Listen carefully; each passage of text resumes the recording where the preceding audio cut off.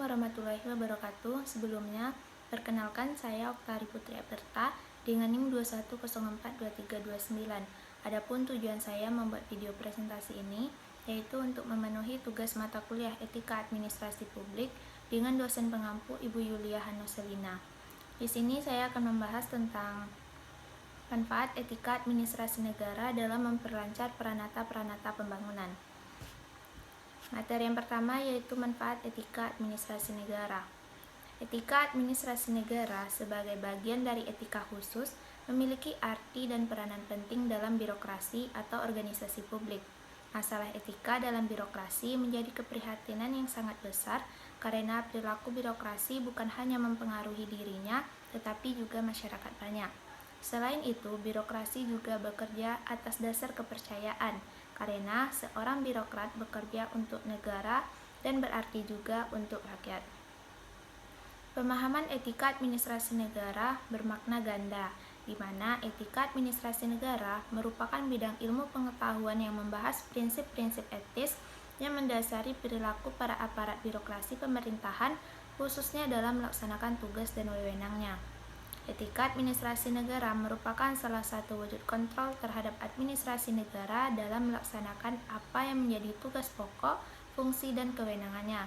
Manakala administrasi negara menginginkan sikap, tindakan, dan perilakunya dikatakan baik, maka dalam menjalankan tugas pokok, fungsi, dan kewenangannya harus menyandarkan pada etika administrasi negara.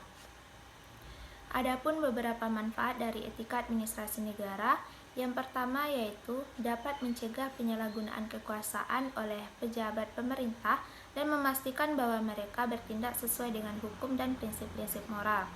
Yang kedua, etika administrasi negara dapat mendorong transparansi dalam pengambilan keputusan pemerintah sehingga masyarakat dapat memahami alasan dibalik kebijakan dan tindakan yang diambil. Yang ketiga, meningkatkan akuntabilitas, di mana etika administrasi negara membuat pejabat pemerintah lebih bertanggung jawab atas tindakan dan keputusan yang mereka ambil. Yang keempat, ketika administrasi negara dijalankan dengan prinsip-prinsip etika, hal ini dapat meningkatkan kepercayaan masyarakat terhadap pemerintah dan meningkatkan kepuasan mereka terhadap pelayanan publik. Yang kelima, penerapan etika administrasi negara yang baik dapat membangun reputasi baik bagi negara di mata komunitas internasional, meningkatkan kerjasama internasional, dan mendukung pembangunan yang berkelanjutan. Yang terakhir, etika administrasi negara juga dapat meningkatkan efisiensi dalam pengelolaan sumber daya publik karena tindakan yang didasarkan pada etika cenderung lebih baik direncanakan dan dieksekusi. Materi yang selanjutnya yaitu keterkaitan etika dan proses pembangunan. Administrasi pembangunan berkembang karena adanya kebutuhan di negara-negara yang sedang membangun untuk mengembangkan lembaga-lembaga dan peranata-peranata sosial, politik, dan ekonominya agar pembangunan dapat berhasil. Dalam hal ini dapat dikatakan bahwa administrasi negara berkaitan dengan pelaksanaan hukum dan memberikan pelayanan kepada masyarakat, yang mana kedua fungsi tersebut berlaku secara efektif dan efisien, selaras dengan cita rasa rakyat dan sesuai dengan keinginan dan kebutuhan rakyat. Bagi negara-negara yang sedang berkembang, yang sedang giat-giatnya melaksanakan pembangunan, pasti sering mendengar berita melalui media bahwasanya kegagalan-kegagalan yang terjadi dalam pelaksanaan pembangunan dilimpahkan kepada ketidakmampuan administrasi negara. Walaupun hal tersebut tidak semuanya benar, namun cukup informatif untuk menilai betapa besarnya peranan administrasi negara dalam pembangunan bangsa dan negara. Pembangunan itu sendiri pada hakikatnya adalah suatu proses perubahan untuk mencapai suatu kondisi yang lebih baik.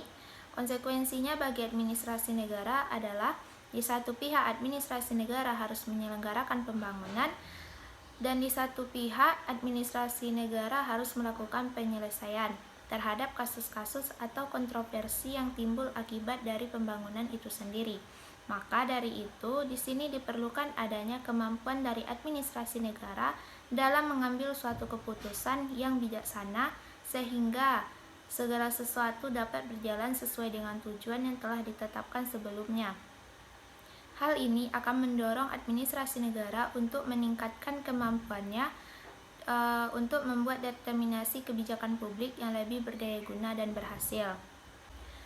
Bagi negara-negara yang sedang berkembang, motor utama roda penggerak pembangunan adalah administrasi negara, sedangkan inti dari pembangunan itu sendiri adalah berkaitan dengan manusia itu sendiri, maka manusia di samping sebagai pelaku juga secara otomatis sebagai pengguna hasil pembangunan itu sendiri. Disinilah administrasi negara bertugas untuk menyediakan fasilitas bagi perubahan sosial yang sesuai dengan harkat serta martabat manusia. Materi selanjutnya yaitu perilaku kerja organisasi publik. Menurut Toha tahun 2001 menegaskan bahwa perilaku organisasi merupakan bidang studi yang berhubungan dengan semua aspek kegiatan manusia di dalam suatu organisasi. Hal seperti ini termasuk pengaruh manusia terhadap organisasi dan pengaruh organisasi terhadap manusia.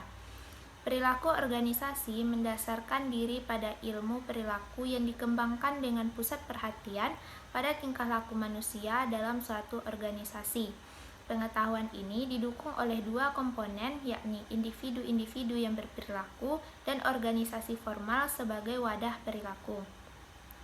Tujuan utama mempelajari perilaku atau tingkah laku manusia dalam organisasi atau perilaku organisasi untuk mengetahui tingkah laku manusia sehingga tingkah laku tersebut dapat diarahkan, dikendalikan, dan dikelola dengan baik dalam rangka mewujudkan tujuan organisasi. Oleh karena itu, perilaku kerja organisasi publik dapat memainkan peranan penting dan sangat menentukan terhadap perkembangan organisasi dan keberhasilan kerjanya di masa kini dan mendatang, dalam rangka untuk mencapai tujuan yang telah ditentukan sebelumnya. Jadi, setiap organisasi dalam perjalanan kiprahnya dituntut untuk melakukan perubahan dan mengantisipasi perubahan global yang terjadi, sebagai upaya penyesuaian diri dengan lingkungannya yang terus berubah semakin kompleks dan canggih. Materi selanjutnya yaitu pelaksanaan sanksi bagi pelanggar etika. Aparatur sipil negara atau ASN adalah seorang abdi negara dengan kode etik yang harus dipatuhi. Adanya kode etik ini untuk memastikan seorang ASN tetap menjaga sikap dan perbuatannya selama menjalankan tugas serta bergaul dalam kehidupan sehari-hari. Kode etik ASN tertera dalam Undang-Undang Nomor 5 Tahun 2014 tentang Aparatur Sipil Negara. Dalam undang-undang ini, kode etik dan kode perilaku disebutkan secara bersamaan. Isi dari undang-undang ini diantaranya yaitu yang pertama melaksanakan tugasnya dengan jujur, bertanggung jawab, dan berintegrasi tinggi.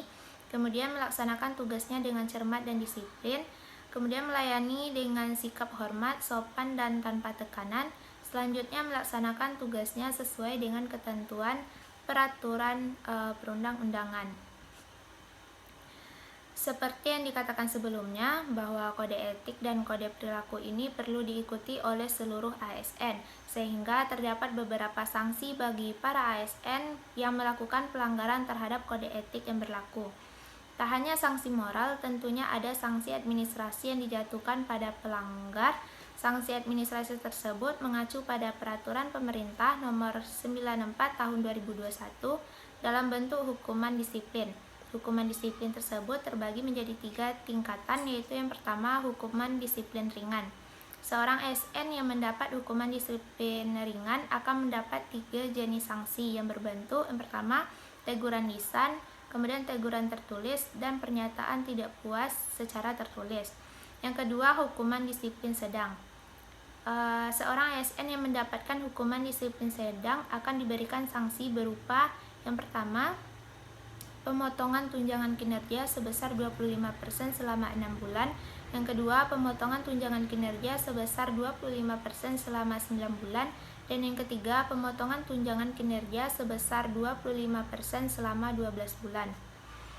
Yang ketiga yaitu hukuman disiplin berat.